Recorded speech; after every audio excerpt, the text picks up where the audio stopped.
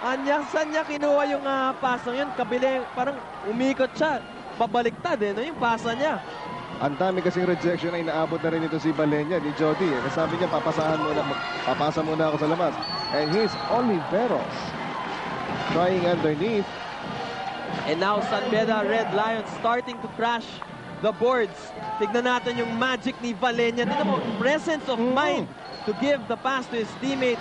At ang ganda naman ng finish. Pero nakita mo yan, paano parang sumilip lang doon sa rearview mirror niya. Oo. Kaya yun talaga yung instinct, no? Yung mga instinct ng point guards. Yes. Kahit hindi sila tumitingin, alam nila kung nasan yung mga kakampi nila. Ika nga, meron kasabihan sa basketball, many just look, but very few can see. Diba? Si Valenya showing us he had eyes at the back of his head. But here's Arnold Oliveros, nasa 4.5 meter line. He made the first. Pangalawa, wala.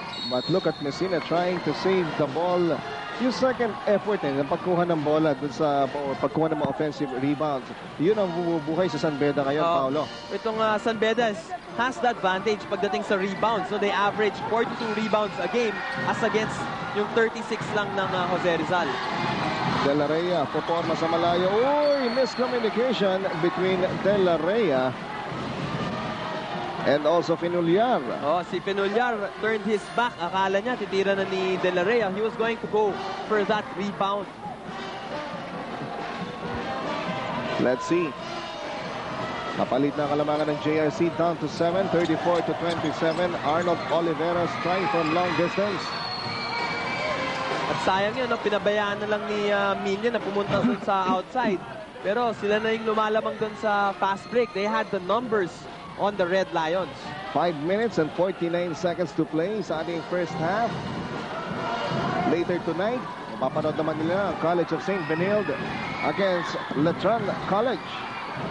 Will be playing without Kirby Raimundo. And again, bawat panalo dito sa round robin natin sa NCAA is very important. As you see, yung turnaround ng Jose Rizal. Ito si Araman, just a rookie standing 6'7", Ito si Erickson Araman. Matangkad to. Pero ito, yung Jose Rizal with the adjustment. Ngayon, ninalo nila 1-3-1 zone defense. Meanwhile, ito, buntis ang outside shot ng San Beda. Valenya pushing the ball. That time they almost lost it. Quick pass to Eric Araman. Will it trickle in? He gets the lucky bounce. Pero ito si Araman is not playing like a rookie dito. Ang ganda ng confidence niya pinapakita. Yung tira niya ngayon, walang rebounder doon. Pero he had the confidence to take that shot. 9-point lead para sa JRC. Skip pass. Messina to Oliveros. At foul may tatawag dito against Del Milia. Nasa penalty na ito ng JRC, so that will mean 2 free throws para sa San Beda. Meanwhile, timeout score, mga kaibigan, huwag na po kayong bibitaw. Papabalik kami ni Paolo. Kanina nga nabagit ni Janelle, medyo naantala itong ating torneo sa kadahilan ng ika nga ay malakas ang pag-ulan last week. Pero makita niyo po yung crowd po natin. Of course, Wrangler. Napansin din natin siya, the official outfitter of the 75th NCAA season. At salamat sa mga sponsors natin pagkat ika nga ay nabibigyan natin ng magandang coverage itong NCAA. Napapakilala natin sa maraming tao itong mga bata players na to. At kitang-kita natin yung intensity dito ng laro natin sa NCAA. Here's Jody Valenya. Pinakamalaking contribution ang magagawa nito si Jody Valenya kung mapapanatili niya yung magandang playmaking para sa JRC. And he spots Epon Dulan, and Epon Dulan operating underneath just delivered another basket para sa JRC. Dahil dito sa laro natin, yung Jose Rizal is playing the role of the aggressor. Sila yung naghahanap ng mga opportunities to score, and they're challenging the defense of San Beda. The entry pass to Mercado. It was fouled, but another foul called on Finullar. At pangalawa na yan ni Finullar. Alam mo, itong lead has been put up again to 11 points. At maganda kasing adjustment na ginawa dito ni Coach De Vera. He changed into a 1-3-1 zone defense when San Beda was getting those rebounds. So they were able to pull away. Ngayon, hirap na ulit ang San Beda maka-execute sa ilalim. Mercado making the first free throw. Mercado's been averaging close to, well, actually 15 points per ball game. So, let's see now. 10-point lead para sa JRC. Meanwhile, ito si Araman trying to be fancy. At sa kanyang fancy dribble, natapik yung bola. Well, matutuhanan niya rin yung mga ganyang klaseng galaw dito sa NCAA. Pero kailangan magpaano muna siya. Magpa-experience muna siya dito. Magpainog. Oo. Ito, Casio. Alfred Casio, three-pointer. Wala. Long, well, loose ball. Kinuha naman ni Jenkins Messina. Messina goes to Britre Roma. The long shot at ayaw pa rin mahulog ang three-pointers. Ito si Britre Roma. Meanwhile, underneath. San Beda was hoping na babalik pa sa kanilang possession, pero hindi na. Well, kailangan dito yung outside shooting ni Roma at yung mga ibang San Beda players para mabuksan naman yung depensa sa ilalim. Para sa JRC, pumasok naman si Nathan Gregorio. Here's Rendel Lareal. Hindi nagmamadali ito si De La Rey, pero pasa niya kay Araman. Another fumble there by Araman. Hindi ko maintindihan kung bakit parang sinisisi po niya si De La Rey. Well, maganda yung pressure ng Red Lions. Si Casio will try to drive the lane, pero ito ulit. Sagutan ng mga miscue sa pasat ang nangyayari dito, Paolo. Pero last touch mukha itong si Nathan Gregorio. So, bola pa rin ang San Beda dito, Paolo. So, good break dyan para sa Red Lions. San Beda is down by 10, 40-30 as we approach the 3-minute mark ng ating first half. Britre Roma. That time, halos point blank range na yun. Wala pa rin para kay Roma, but underneath, Jenkins Messina missing. Let's see, JRC. And Araman really having problems controlling the leather. Pangatlo na niyang dribbling error to eh. Sayang yung fast break opportunity na yan. Lamang na sila, 3-on-2 break. Actually, 4-on-2 yung nangyari sana doon. Pero yung the rookie committing that turnover. At yun yung sinasabi ni Boy De Vera na nagiging problema niya doon sa mga batang ito. Marami dito, makikita mo naman, unquestionable ang athleticism. Pero dumarating sa kanya, medyo kulang pa ng mga basics at fundamentals. Kailangan pa niyang bigyan ng review o turuan. Yung iba mismo, turo pang ganyan kailangan ibigay na. Pero tayong time out, mga kaibigan, magbabalik po kami mula sa Ninoy Aquino State. Welcome back, mga kaibigan, and look at the crowd na dumayo dito sa Ninoy Aquino Stadium. At tulad namin, I'm sure marami rin po nakamiss ng ating NCAA action. Ayun, nagsusoli na yung mga ito. Pero katuloy pa rin ang induct dito sa loob po ng ating stadium. Meanwhile, ito, action resumes. Jody Valenia, he stops on a dime, he pops. Wala. And there's a rebound by Kerwin McCoy. Another foul given up by JRC at dito nakakabalik ang San Beda, Paolo, mula sa free throw line. Penalty. Maagang pumasok sa penalty dito ang koponan ng Jose Rizal. So na ngayon, itong mga red shirts are taking advantage of the penalty. Ito si Kerwin McCoy is usually a reliable free throw shooter. He'll shoot to the line for 2 free throws.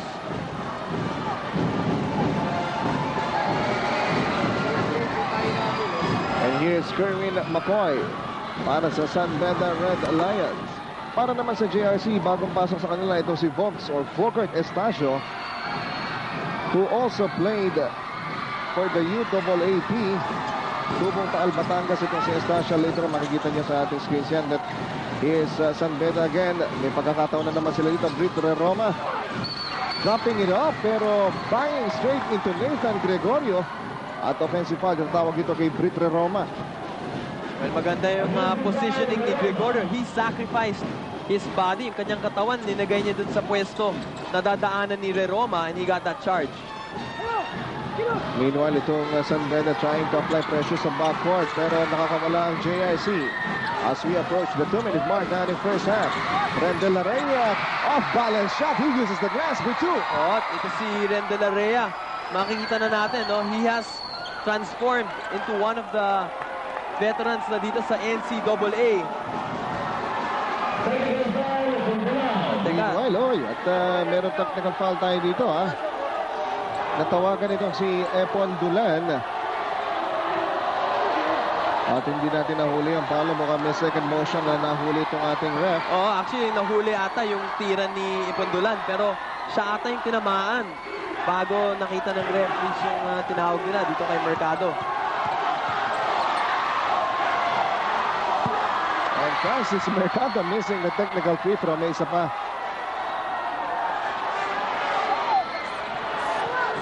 Tingnan natin ito. Itong huling tira ni Rendel Real. Nakita niyo si Epon Dulan nasa shaded lane. Manunulak itong si Epon Dulan dito kay Sid Nueño. So, nagkakainitan na ito. Tingnan natin ngayon. Ayan. May konting trash talking pa. Pero ikaw hindi pa tumigil itong si Epon Dulan. Kaya natawagan siya ng technical free throw. Ng technical foul. JRC 42. San Beda College 33. Foul called on Kerwin Macoy. At nasa penalty na rin itong San Beda. Ito ang isang bagay na hindi talaga na-capitalize ditong JRC. Ito rin pagkaka-penalty ng San Beda. At ngayon lamang sila muli tutungo sa free throw line to take some gift shots. Well, dito bumalik yung Red Lions sa ating laro. Dito sa kanilang full court press. Pero ngayon, mahihirapan na sila dahil nasa foul penalty na sila dito sa first half. Ito si Vox Estacio. Yung kaninang binabanggit natin. Nakaagaw pa. Estacio. Wala. This time si Kerwin Macoy. Pinitas na lamang yung bola sa rebound. Pero let's see. Sid Nueño uses the left hand. And the foul called on Estacio. Again, this would mean 2 free throws para sa San Beda. So, as expected, matagal yung last 10 minutes dito ng first half. Dahil nga sa penalty situation na maagang pumasok dito yung Jose Rizal. Itong si Sidney Nueño, or Sid, they call him Sid, is a rookie para sa San Beda. At isa sa mga Phillips din itong si Sid Nueño at galing Washington, D.C. and playing for the first time para dito sa San Beda. So well, pero dito he misses both. Kerwin Macoy with a putback. At 7-point lead na lang tayo dito coming into the halftime with only 1:22 remaining. Let's see, here's Del Milia. Milia, he stops on a dime. A three-pointer, yes, and what the time to sink those three-pointers para dito kay Del Milia. At si Milia, may kaharap pa siya doon na bantay. Pero maganda yung jump shot ni Milia, putting that lead up again to a double-digit advantage. Meanwhile, nakita ni Macoy itong si Rick Kalimag, and a nice basket plus a foul.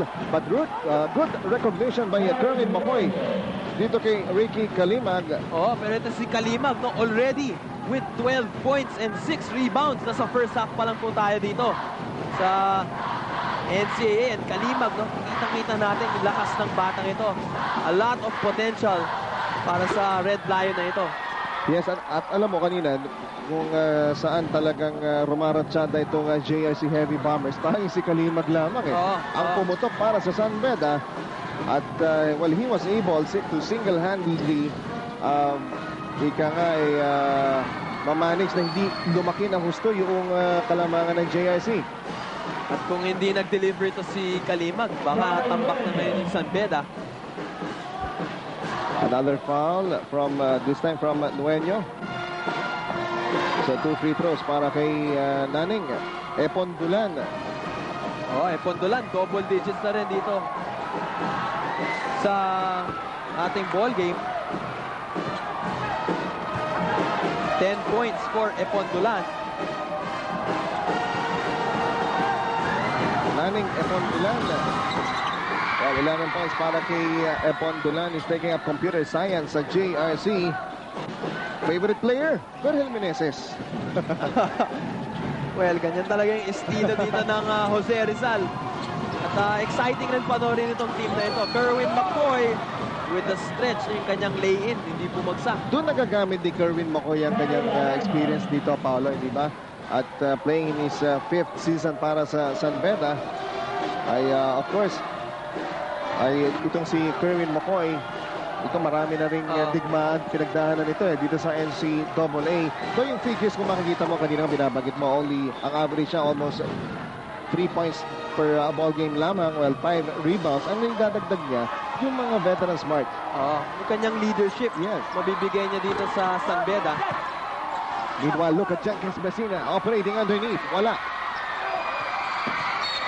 JRC, bola pa rin dito ng San Beda, and San Beda getting the breaks dito sa mga huling segundo ng ating first half. Tama ka doon, Mon, and give credit dito kay Jenkins Messina. He kept that ball alive. Ito, may 6 rebounds na siya dito sa first half. Ricky Kalimag, he's got the hottest hands.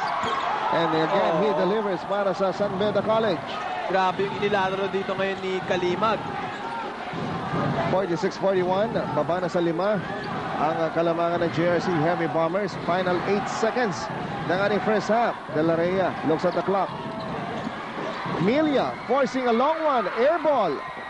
Let's see. At ito matatapos ang ating first half, mga kaibigan, pero ibang klaseng aksyon ang namalasyon itong ating first half. Sigurado pagdating na second half, mas puputok pa ang bakbakan mula sa Ninoy Aquino Stadium.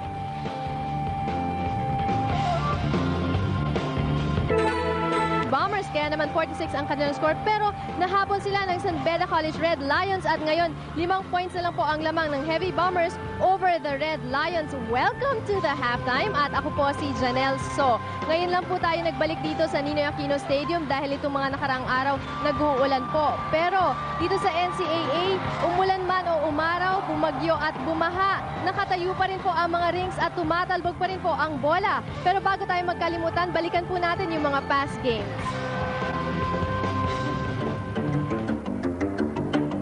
Bombers o makahabol naman kaya at magising ang mga Red Lions. Sandali lang po ang pahinga at tuloy-tuloy pa rin po ang aksyon dito sa NCAA. Sa amin pong pagbabalik, halftime summary with the panel.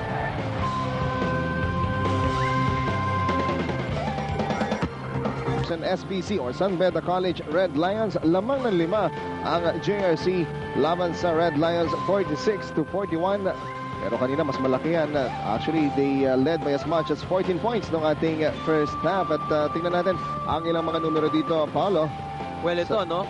Nung going into halftime, nakahabol yung San Beda, putting that lead down to 5 points. But if you look at yung mga numero natin dito, no? 50% yung shooting ng Jose Rizal, medyo okay yan. Pero lamang sila sa assists. Actually, baliktad yan, no? 13 assists ang sa Jose Rizal, kaya sila lumamang. Yung turnovers, mas marami rin yung turnovers dapat sa San Beda. 12, nagkabaliktad lang yan. Pero yung isang numero pa na hindi natin nakita dyan, kaya sila nakahabol, yung San Beda, ay pagdating sa rebounds. Lamang sila 31-16. At marami dyan offensive rebounds para dito sa San Beda. Earlier nakita yung De La Rhea and Apondolan taking charge para sa JRC Heavy Bombers. Kaya naman patugtog-tugtog na lamang yung kanilang banda ka dito. Enjoy na enjoy ang crowd, lalong-lalo na ng JRC. Look at Apondolan delivering the goods para sa JRC. De La Rhea has had 14 and Apondolan 11 doon kanilang first half assault. So, si De La Rhea ulit, no? Marami silang pinaputok yung mga Heavy Bombers early on dito sa first half. Talagang mainit na mainit sila. Maganda sila mga highlights. Yes, at well mga kaibigan, yan po ang score natin matapos ang ating first half. But then again, tulad ng sinasabi natin kanina, Paolo, second half sigurado po, pukpukan ito, baka ito nga, hulugan ng bomba o kaya kagatan ng leon. Para mapanood nyo po yan sa aking pagbabalik. Head coach ng San Beda Red Lions, si Coach Ernie Magsanok. At nakakatanda kapatid dito ni Ronnie Magsanok. Of course, kilala niyo po si Ronnie Magsanok. Yun din ang mga masasabi natin, mga laking San Beda.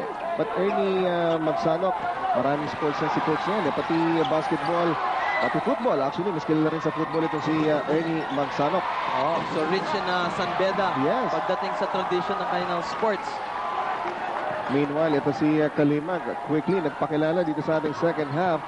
He actually took the scoring cudgels para sa San Beda nung ating first half, scoring 15 points. So that was his 17th marker. Game high yan dito for Kalimag, playing a great game. At mas mahalaga doon sa basket ni Kalimag na yun, napalit na ang kalamangan ng JRC down to 346-43. San Beda, mas inihigpitan ng depensa this time, pero Ariel Capos nakakawala. Ito si Capos, he was saddled with personal fouls ng ating first half. So kailangan din siyang paupuin. Ito si Coach De Vera. Pero quickly dito sa ating second half. Oh, well, mas maganda actually ang dito sa Jose Rizal. Balance kasi yung kanilang scoring, no? Yung kanilang atake sa opensa. Hindi mo alam kung sinong titira. At nakasona itong JRC dito sa pagbubukas ng second half natin. Britton Roma, almost losing it. He dove for the ball. Ito, with the shot clock winding down. Mawawala pa. At San Beda, mauubusan ng 30 seconds dito, Paolo. Oh, Jose Rizal making the adjustments, no? Nagsusona sila dito sa second half. At sigurado, nakita nga nila nung halftime yung statistics. Luging-lugi sila pagdating sa rebounding, no? Yung San Beda nakapulot ng 17 offensive rebounds. At tignan mo naman yung ganda ng hustle dito na ginagawa ng Jose Rizal. Naubusan ng shot clock doon ang mga Red Lions. 5-point lead para sa JRC Heavy Bombers. Lazaro para sa JRC. Para naman sa San Beda, bagong